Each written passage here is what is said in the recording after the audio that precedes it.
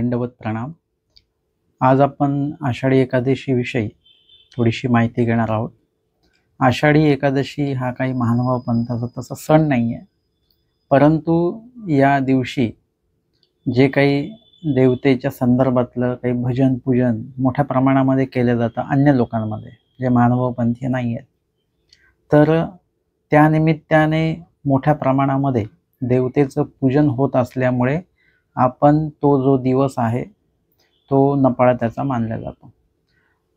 आणि सोबतच आपल्या पंथामध्ये अनेक अशा नपाळत्याचे दिवस आपण पाळत असतो। जसं नवरात्रीचं नपाळत असेल, नवमीचं नपाळत असेल, महाशिवरात्री असेल, आषाढी एकादशी असेल, अशा पद्धतीने अनेक असे दिवस आहेत।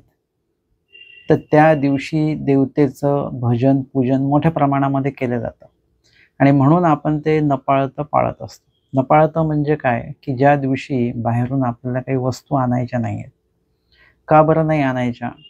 अनेक लोक सांगत असतात की त्या पदार्थांवर देवतेचा प्रभाव असतो वगैरे, परंतु माझं म्हणणं असं आहे की आपण आदल्या दिवशी सर्व वस्तू आणून का ठेवायच्या असतात? कारण की त्या दिवशी मोठ्या प्रमाणामध्ये बाहेर हा भजना पूजनाचा प्रभाव असतो आणि आपल्याला जर का काही वस्तू लागल्या तर आपण बाहेर जातो आणि बाहेर गेल्यानंतर ज्या ज्या ठिकाणी ते भजन पूजन चालतं त्या त्या ठिकाणी त्या विकल्पाचा, अन्य देवतेचा प्रभाव असतो, त्या सामर्थ्याचा।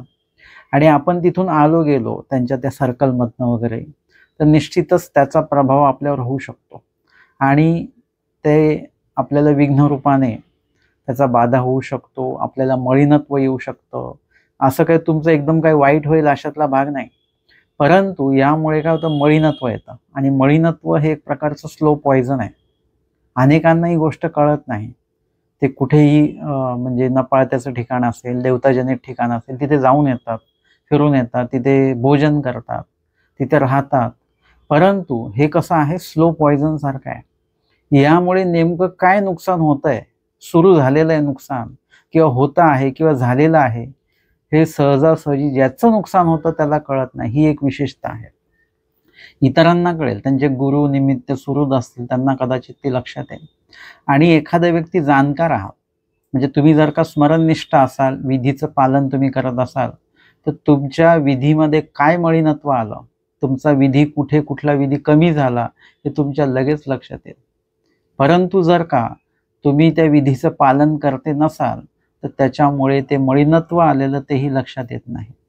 आणि म्हणून आपल्याला सर्वप्रथम या मळीनत्वापासून आपल्याला थोडंसं स्वतःला वाचवायचं आहे, जेणेकरून ते मळीनत्व तुमच्यावर प्रभावी ठरणार नाही। आणि जर का मळीनत्व आलं तर मळीनत्वामुळे अनेक आपल्या ज्या चांगल्या बाजू असतात, विधियुक्त ज्या बाजू असतात, ते हळूहळू आपल्या कमी कमी त्याचा प्रभाव होत राहतो। म्हणजे रोज जर का तुम्ही 1 तास स्मरण करत असाल तर मळीनत्व आल्यानंतर पाऊण तासच कराल, पुढचे 15 मिनिटं तुम्हाला स्मरण करण्याची इच्छा होणार नाही।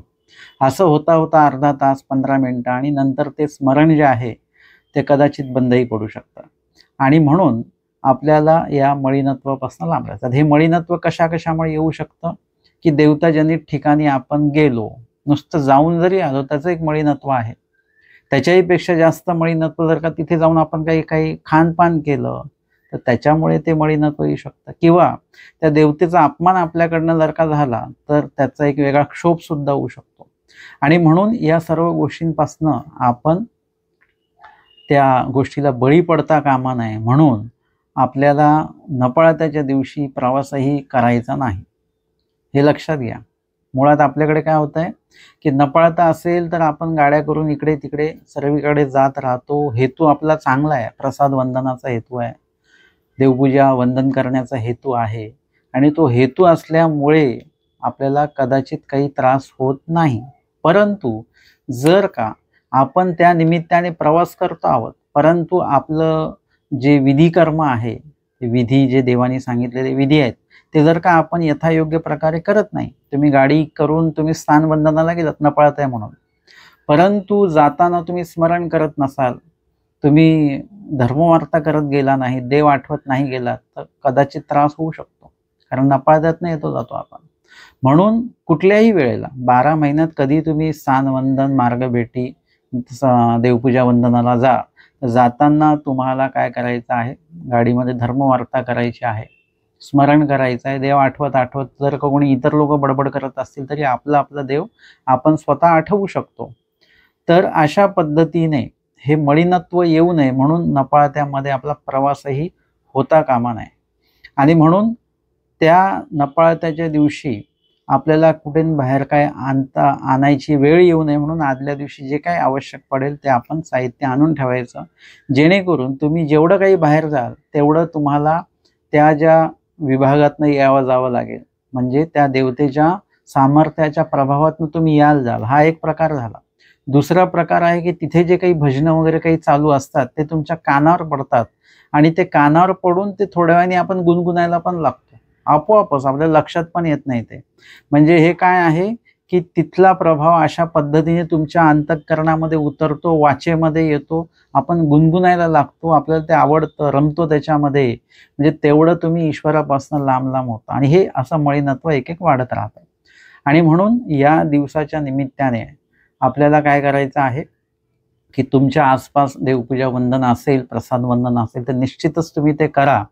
परंतु तिथे जाता येता आपण नपाळत्यातनंच जाणार आहोत, तर त्यावेळेला काय करा की तुम्ही देवाचं नाम मुखामध्ये ठेवा आणि ईश्वर हेतू ठेवूनच आपल्याला हा सर्व प्रवास करायचा आहे.